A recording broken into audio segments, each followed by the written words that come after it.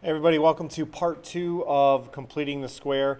This is where we're actually going to complete the square. Okay, so this is Nicholas JMV, so this is video number 2. So let's go ahead and get started. Okay, so completing the square, all quadratics can be solved by completing the square. I would probably not say completing the square. I would probably go ahead and say the square root property. Okay, that's the big thing. In this case, the big thing when you complete the square is that your a value must be 1. A has to equal 1. If not, we have to do some manipulation. All of this jazz, so to complete the square, you're basically just finding half of your b value. You're going to square that and add it to both sides. So we want to have our polynomial look like, or quadratic look like x squared plus bx, and then we're going to add something here, which is half of b squared, and we're going to do it to both sides. So all this symbolically looks like this. So it's kind of weird. So x squared plus bx, this is what you want on one side.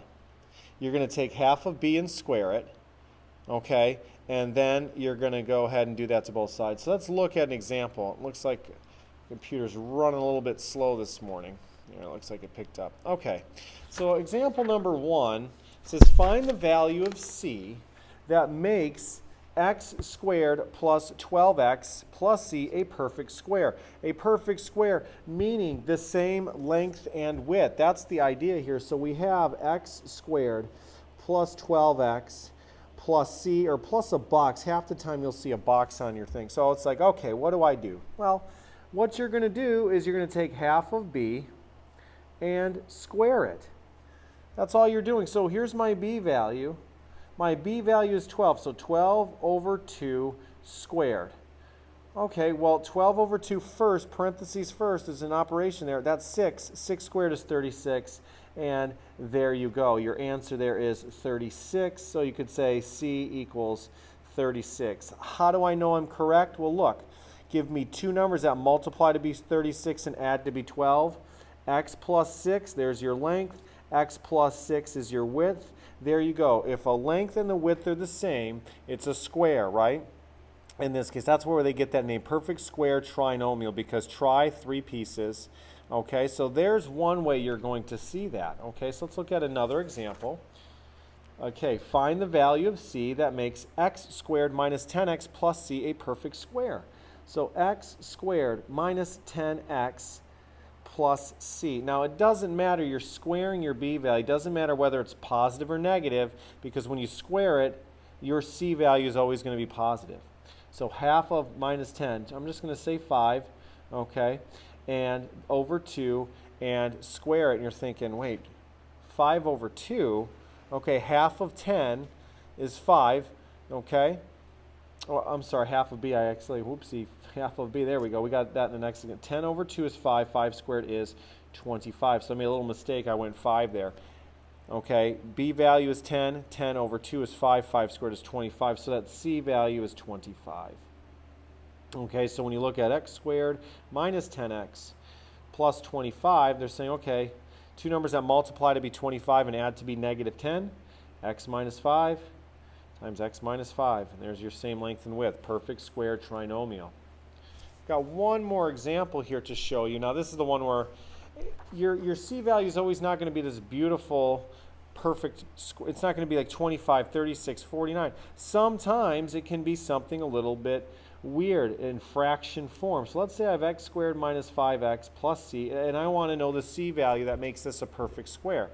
So I go over here and say half of b, well, b is 5, over 2, so that's where I made the mistake in the last one, and square it. And you're like, huh, well, 5 halves, just leave it, don't put it in decimal form. You square the 5, you square the 2, and you're left with 25 fourths. So that's a funky polynomial, right? That's a funky trinomial, right? X squared minus 5x plus 25 fourths. That's the perfect square, okay?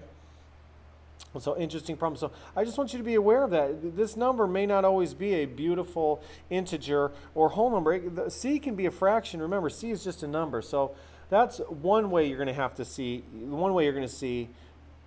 completing the square. You're going to have to actually do that part. The second step of this now is actually, okay, let's solve some problems, and I've got two nice problems lined up for you. So now you're going to have to apply this. So here's the thing.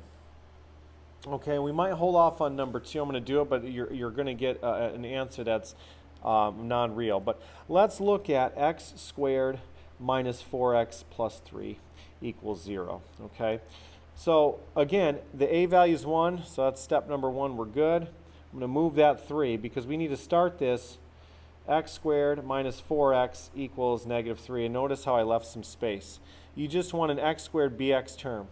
Okay, so solve by completing the square. Let's find that c value. Okay, so you'd say, okay, half of 4, okay, and square it. Well, 4 divided by 2 is 2. 2 squared is 4. So plus 4. So if I do it there, I have to do it over here. Okay, now this takes us back to our first video. So two numbers that multiply to be 4 and add to be negative 4 are x minus 2 squared, and that's going to equal 1. And here now is where we use that square root property. Square root both sides, so you get x minus 2 equals plus or minus 1.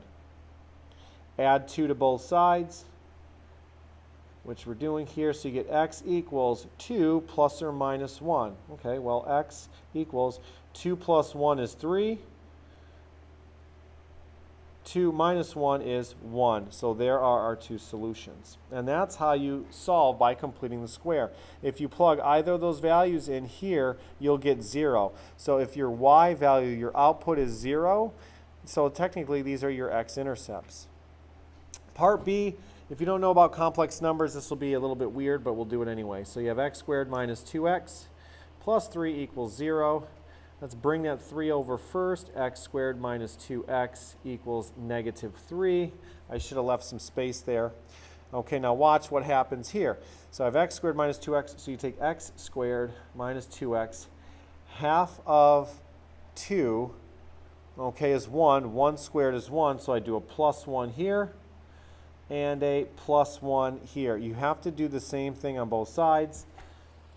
Two numbers that multiply to be 1 and add to be negative 2 are negative 1 and negative 1. So here's where we get into trouble.